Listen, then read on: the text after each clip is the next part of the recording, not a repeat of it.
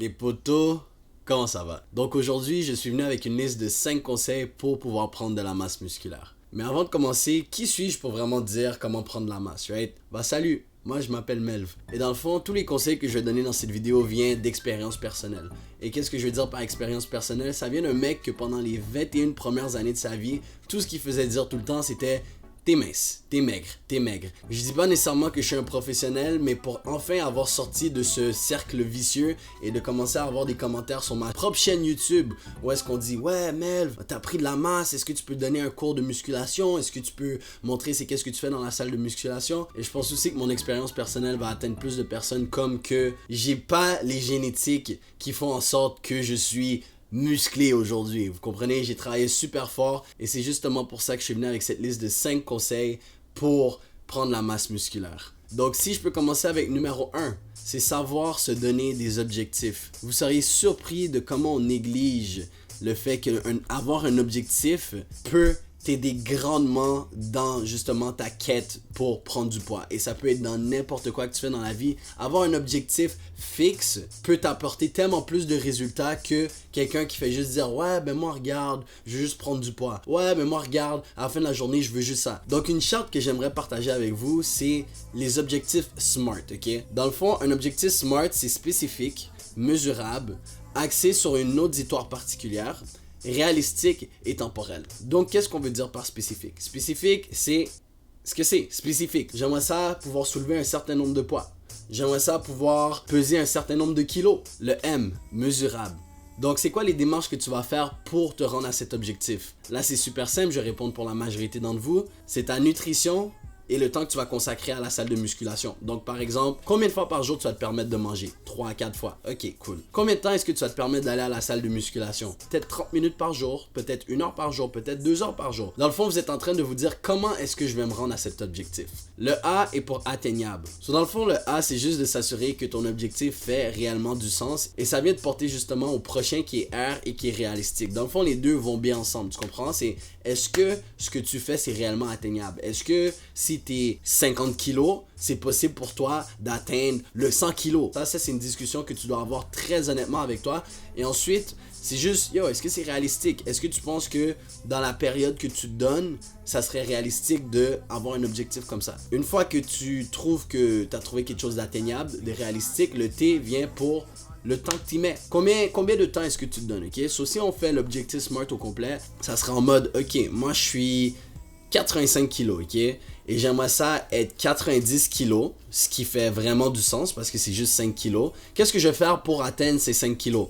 Ma nutrition, je vais m'assurer de manger assez de calories, je vais m'assurer d'aller à la salle de musculation et de faire tout en mon pouvoir pour prendre ces 5 kilos. Et c'est totalement réalistique, ça peut être atteignable. Et combien de temps que je me donne? Je me donne une période de 3 mois. Sur 3 mois, prendre 5 kilos, je trouve que ça fait amplement du sens. Et une fois que tu te mets un objectif concret, c'est fou, ok? Mais tu as plus de chances de l'atteindre. Et là, on passe aux affaires sérieuses. Mon point numéro 2, la nutrition. Les gars, si vous devez savoir quelque chose que pendant longtemps j'aurais aimé savoir, ta nutrition est facilement 70% de tout le poids corporel que tu prends. On a ce mythe que le plus que tu vas à la salle de musculation, le plus fort que tu deviens parce que c'est le plus que tu forces tes muscles. Mais les gars, ça sert à quoi d'aller à la salle de musculation si tu n'as pas la nourriture pour backer tes muscles? Tu comprends? Parce qu'à la fin de la journée, lorsque tu déchires tes muscles, ils ont besoin de quelque chose pour revenir. Tu comprends? So, les gars, je vous le dis et je vais mettre beaucoup de stress là-dessus. Tu vas avoir encore plus de résultats avec ta nutrition. Puis par nutrition, tu dois te dire: mais ok, mais qu'est-ce que tu manges spécifiquement? Moi, ok les gars, je suis un athlète étudiant sur un budget, ok? Moi, j'ai pas le temps d'aller dépenser des grosses sommes d'argent. Je mange beaucoup à répétition la même affaire et c'est super simple. Ma nutrition consiste de à peu près 4-5 trucs. Des pâtes, du riz, du poulet et du bœuf haché. Ça, c'est littéralement les 4 principaux. Et je mets souvent du fromage gratiné parce que rajouter des petites affaires comme le fromage gratiné, c'est des extra calories que comme tu réalises pas sur le coup, mais au long terme, tu vois que ça bâtit tout ensemble. Ça bâtit tout ensemble. Et là, les gars, ça m'apporte à mon prochain point qui est super important, les gars. C'est il faut que vous appreniez à calculer vos calories. Parce que oui, moi quand j'étais plus petit, je me dis: oh, en matinée j'ai mangé 2 œufs avec du pain. Ensuite pour dîner j'ai mangé ci et pour souper, j'ai pris un gros bol du spaghetti à ma daronne. Mais pourquoi je prends pas de poids? La raison pourquoi tu prends pas de poids, c'est parce que tu calcules pas tes calories. Il y a plein d'applications qui te permettent de traquer tes calories. Si je me trompe pas, il y a une application qui s'appelle MyFitnessPal. Il y a une autre application qui s'appelle Nutrition Goal. Juste trouver une application qui va traquer vos calories. Tu es supposé être dans les 3000 à 4000 calories si ton objectif est de prendre du poids. Puis c'est fou, mais quand tu traques tes calories, tu réalises comment tu manges pas réellement assez. Et avec ces applications-là, qu'est-ce qui est nice, c'est que tu peux justement rentrer c'est quoi le body goal que tu veux. Et ils vont te donner comme, ok, il faut que tu manges tel nombre de portions de protéines, tel nombre de portions de carbs, tel nombre de portions de ci, de ça. Puis ça m'a tellement facilité le tout. Gros, tout ce que tu as besoin de faire, c'est tu prends le produit, des fois tu scannes le code barre, ils vont te le sortir tout seul, tu mets la portion que tu mets, et là c'est tellement facile calculer tes calories. Et lorsque tu as une idée des calories que tu manges durant la journée, tu peux te dire, ok, là je peux me permettre de manger une petite collation. Oh, j'ai pas assez mangé ici, laisse-moi manger plus là. Et c'est tellement plus facile d'atteindre ses objectifs en traquant ses calories, les gars. Vous pensez que vous mangez beaucoup parce que, oh, mon ventre est rempli, nanana, mais non, gros. Et un autre conseil que je peux vous donner, les gars, c'est à la place de diviser vos repas en 3 parties comme une personne normale, gros, mange avant que tu aies faim. Fais-toi plusieurs petits plats. Assure-toi que tu as toujours une collation avec toi. Parce que le problème aussi, c'est que si tu laisses ton temps à ton cerveau de dire ouais, moi j'ai faim, t'as déjà anéanti ta journée, tu comprends? Fait que faut toujours que tu t'assures de toujours avoir quelque chose en dessous de ta dent et jamais te permettre ton ventre de dire ah, regarde, j'ai faim, ok? Et là, je vais passer à mon point numéro 4 qui est la musculation, les gars. Là, le nombre de fois, ok, que je m'en vais à la salle de muscu et je vois des mecs qui rentrent et la première affaire qu'ils font, c'est des bicep curls. Les gars, je sais que le dicton va cheat on girls, not on curls.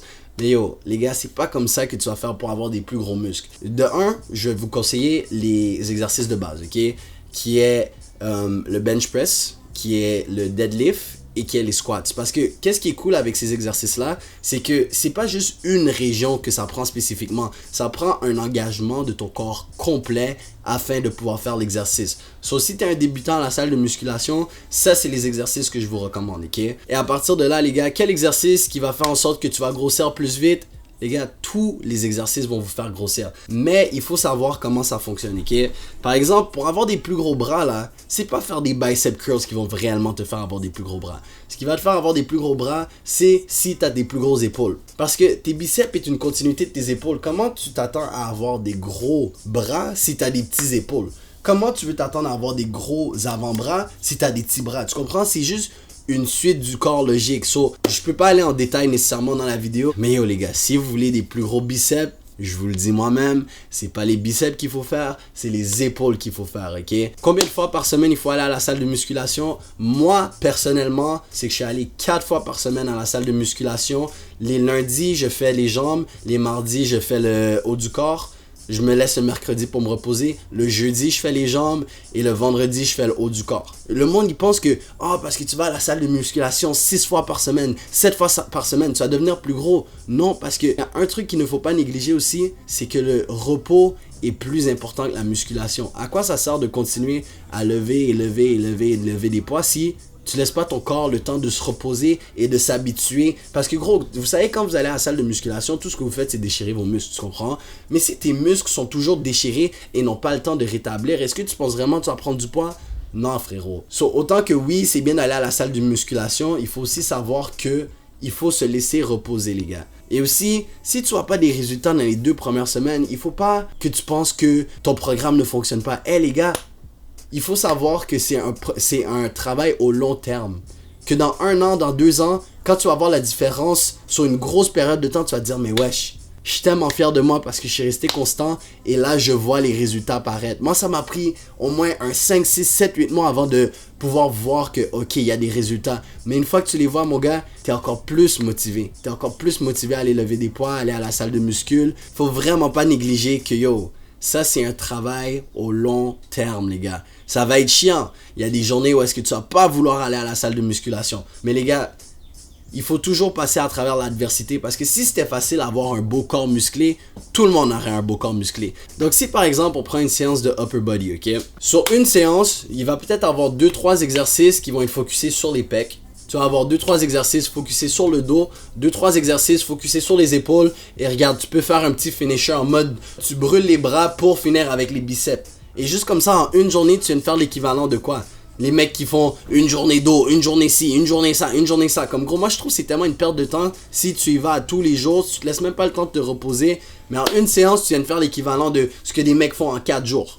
Et le nombre de répétitions qu'il faut faire pour voir une augmentation dans tes muscles, c'est de 10 à 15 répétitions, right? Si tu en fais 5 ou 6, ça c'est plus pour la force explosive.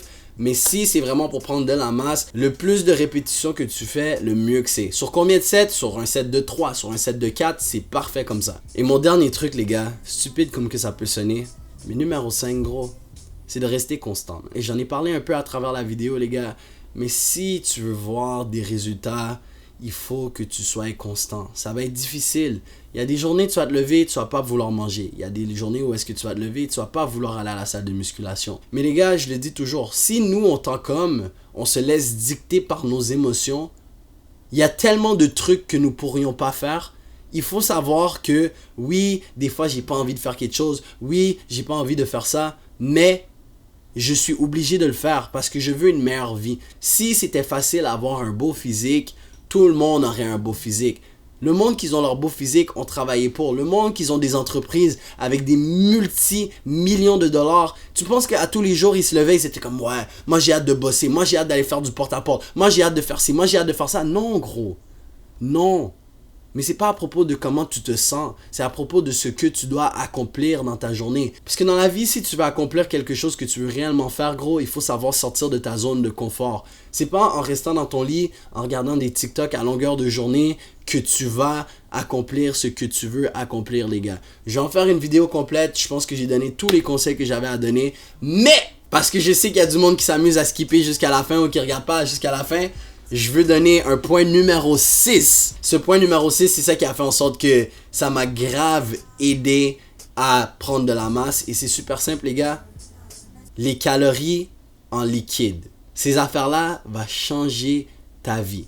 Toi, nous au Canada, on a ce qu'on appelle des mass gainers, right? Dans le fond, c'est genre des shakes qui contiennent au moins 1000 calories. Et c'est vraiment dur à boire au début. C'est vraiment dur à boire parce que c'est vraiment dense en calories et compagnie. Mais gros, qu'est-ce que je vous ai dit plus tôt? Si tu consommes 3000 à 4000 calories par jour et tu prends 2 shakes, gros, t'as déjà 2000 calories dans ta journée. Fait que là, maintenant, t'as juste besoin de trouver une façon de faire ton extra 1000, ton extra 2000, puis peut-être même extra 3000 parce que justement, t'as préparé tes plats, puis t'as beaucoup de carbs, t'as beaucoup de protéines dans ce que tu manges, gros. Ceci, j'ai un life hack qui pourrait t'aider à prendre de la masse super rapidement, gros. C'est les trucs que tu peux boire en calories, ok? Qui veut dire les protein shakes, les mass gainers. Et parlant de boire beaucoup de liquide, les gars, un autre life hack que personne parle. Il faut boire beaucoup d'eau, les gars.